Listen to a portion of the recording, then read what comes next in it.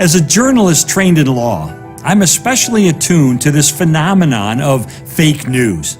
That is, reports that seem persuasive at first, but which turned out to be based on half-truths or outright falsehoods once they're examined more carefully. And believe it or not, even Christmas has been victimized by fake news. For instance, if you peruse the internet or read books by certain skeptics, you're bound to see the charge that Christmas, with its virgin birth of Jesus, is actually based on similar legends and mystery religions that came before Christ. In other words, Christianity is merely a copycat religion that plagiarized this idea of the incarnation from earlier mythology. And therefore, it's only really as valid as the fanciful tales about Zeus or Perseus. Thomas Jefferson said in 1823, "The day will come when the mystical generation of Jesus by the Supreme Being as his Father, in the womb of a virgin, will be classed with the fable of the generation of Minerva in the brain of Jupiter." A contemporary skeptic put it this way: "The notion that Jesus had no human father because he was the Son of God was originally a pagan notion. Gentiles in pagan culture expect a man whose life embodied divinity to have a divine father and a human mother. The virgin birth thus corresponds to what Gentile Christians expected in a biography of Jesus." But is all of that true? Is Christmas really built on mythology? Was the idea of a virgin birth merely appropriated from earlier legends or tall tales? Or does it stand on a solid foundation of historical truth? Let's take a deeper look at all of this. In this session, we're going to dig beneath the fake news and get to the real story about the birth of Jesus. This is going to be fun. This is going to be like my old newspaper days.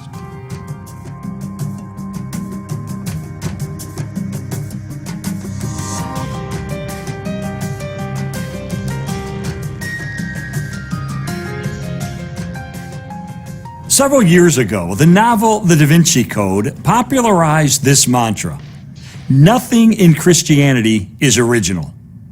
Now, even though it was a work of fiction, the book claimed that its underlying religious assertions were true. And the novel reported that Christianity is a copycat religion that stole its essential beliefs, including the virgin birth of Jesus, from earlier mythology, legends, and so-called mystery religions. Like a lot of fake news, the case sounded convincing at first.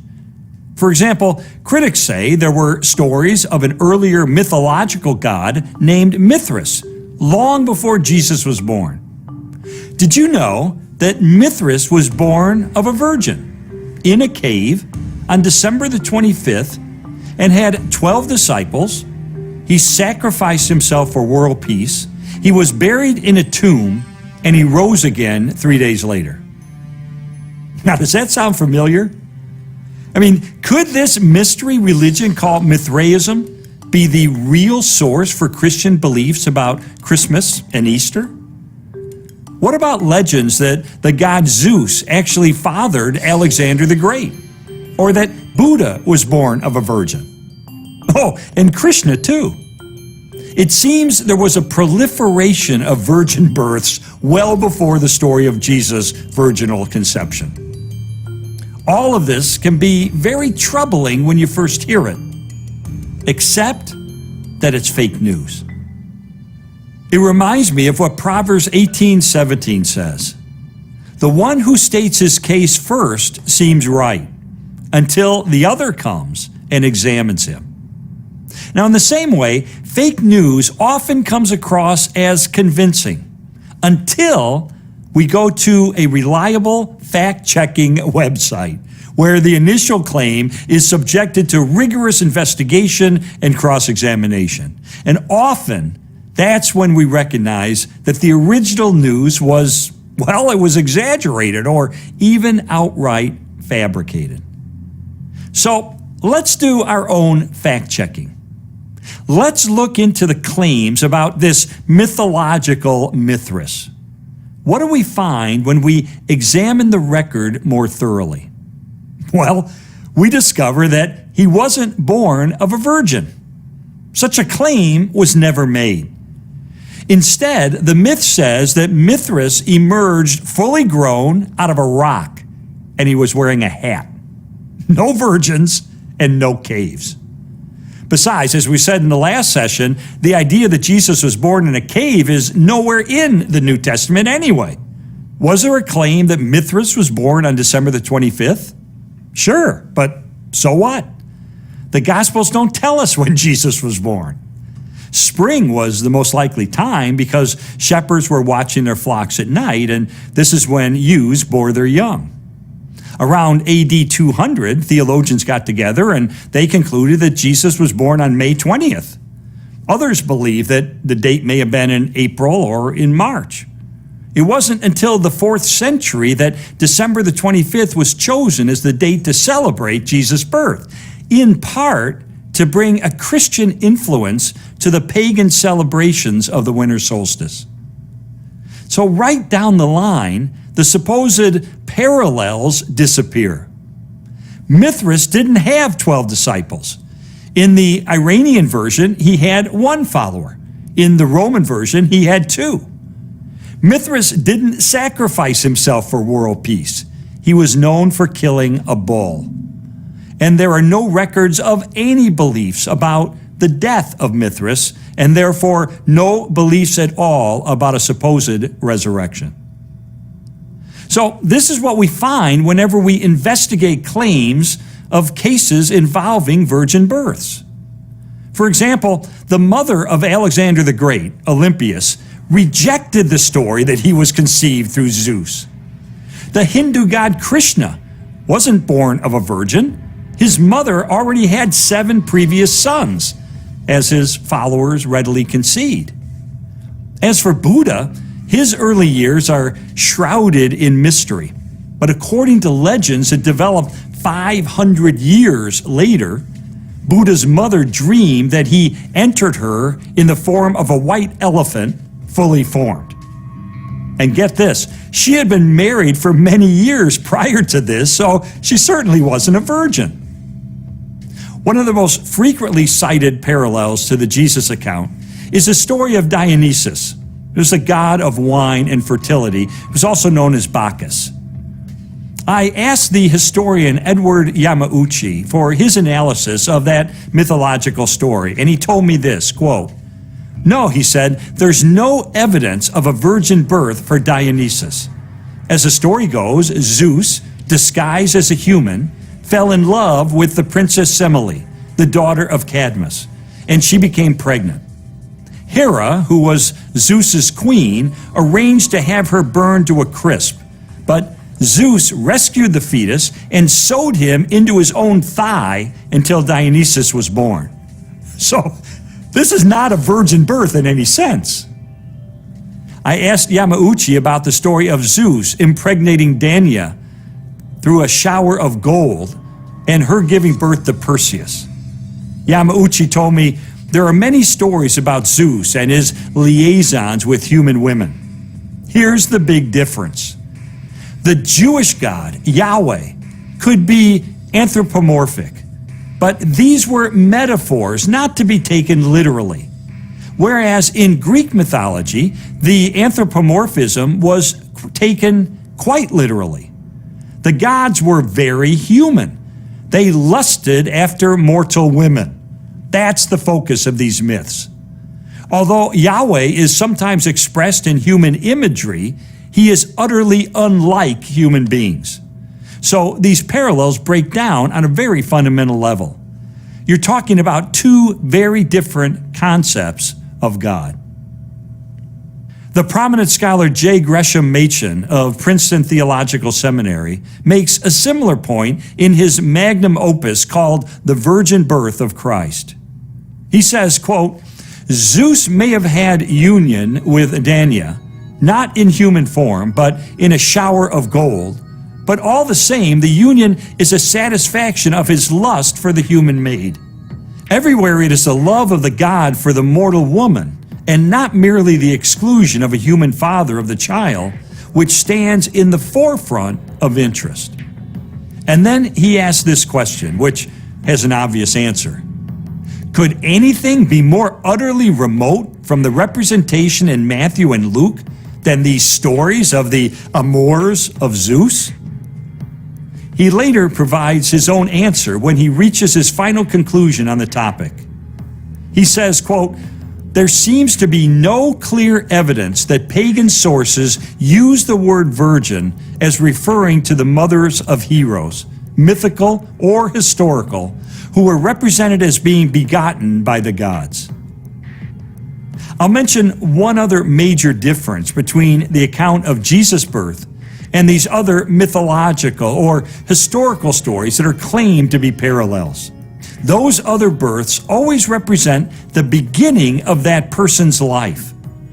But that wasn't true of Jesus.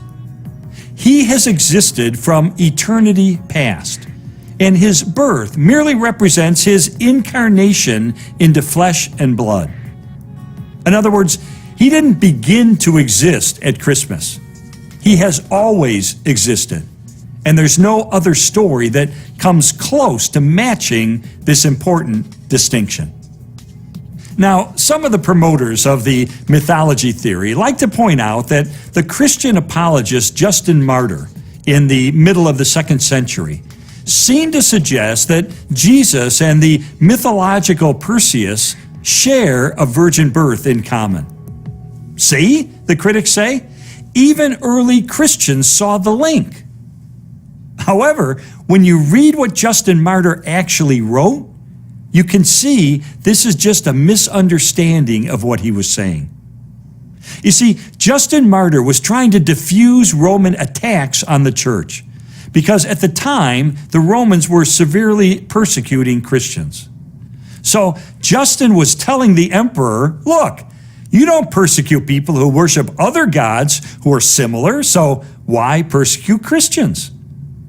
He was actually saying to his pagan opponents, you hold that the virgin birth of Christ is unbelievable. Well, is it any more unbelievable than the stories that you believe yourselves?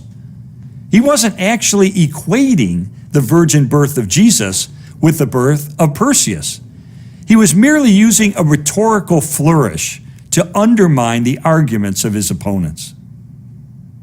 What's more, many of these supposed virgin births don't occur until after Christianity.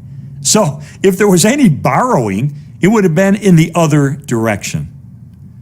For instance, Zoroaster lived hundreds of years before Christ, but the idea that his mother conceived him by consuming a sacred drink doesn't appear until 900 years after Jesus. And even if some stories did come before Jesus, that doesn't mean they influence Christianity. After all, Christianity is rooted in Judaism, which is a religion that strongly resisted the incorporation of pagan beliefs. It's a logical fallacy to say that just because something occurred earlier, it necessarily influenced something later. For example, Plato wrote about the existence of God a long time before the Apostle Paul. But the Apostle Paul never depended on the Greek philosopher in writing his epistles. What I discovered in my investigation is that these legends bear no resemblance to the incarnation of Jesus. They are generally mythological tales about gods desiring mortal women who give birth to half-human, half-divine heroes who have the same weaknesses and the same sins as we do.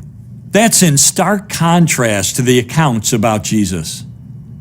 The truth is that proponents of these myth theories often mistranslate texts, they lift quotations out of context, and they use Christian terminology and imagery to try to force parallels where none exist. And that's not just a conclusion of conservative Christian scholars. Thomas Boslooper, who was a liberal professor who wrote a book on the virgin birth, even though he personally doubted whether it was historical, he nevertheless scoffed at the suggestion that the virgin birth was derived from pagan myths. His conclusion was really scathing. Let me quote it to you.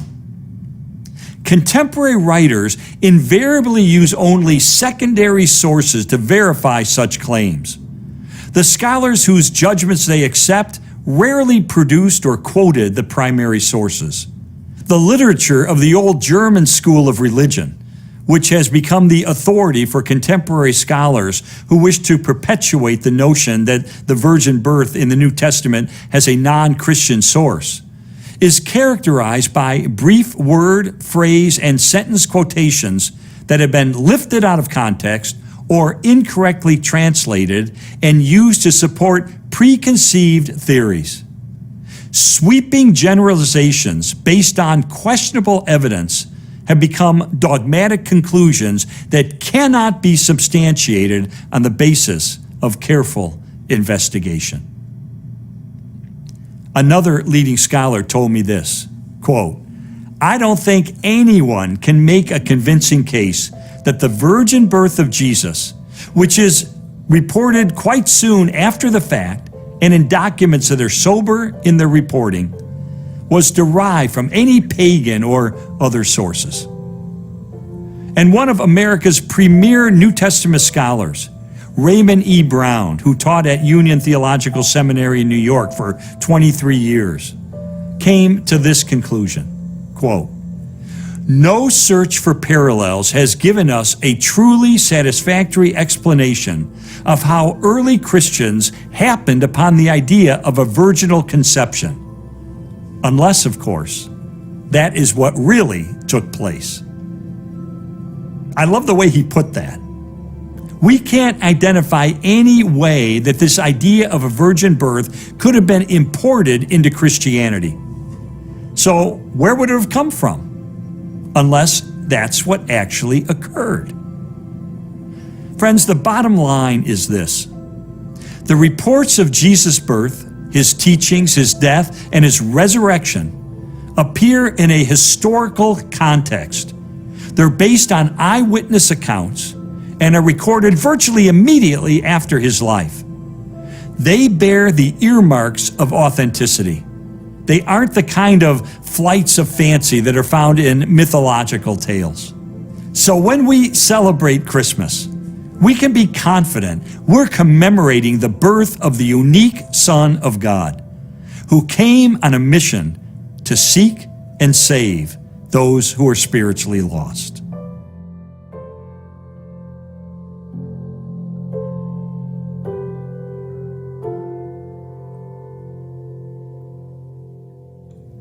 I remember when I was a kid, I came running down the stairs on Christmas morning to see what Santa Claus had left me under the tree, and I tripped. And as I fell forward, my arms flailed as I desperately tried to grab the air as if the air was somehow going to break my fall, which of course it couldn't. Now, I was lucky I wasn't badly hurt, but you know what I was thinking? That's a bit what it's like when we try to grab a hold of legends and make-believe and wishful thinking and even fake news. They can't save us and they can't support us. Instead, we need to anchor our lives in something solid. And that's what the Word of God is. It isn't mythology, it's reality. It's based on truth. So this Christmas season, it's a good time to ground ourselves once more in the Scriptures. You know, mythologies begin with phrases like, once upon a time. They're not rooted in history. They don't claim to be based on eyewitness testimony. They're like bedtime stories meant to entertain or teach a lesson.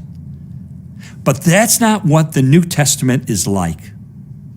On the contrary, the Apostle Peter writes in 2 Peter 1:16, "For we did not follow cleverly devised tales." In other words, we didn't follow fairy tales or mythology when we made known to you the power and coming of our Lord Jesus Christ, but we were eyewitnesses of his majesty.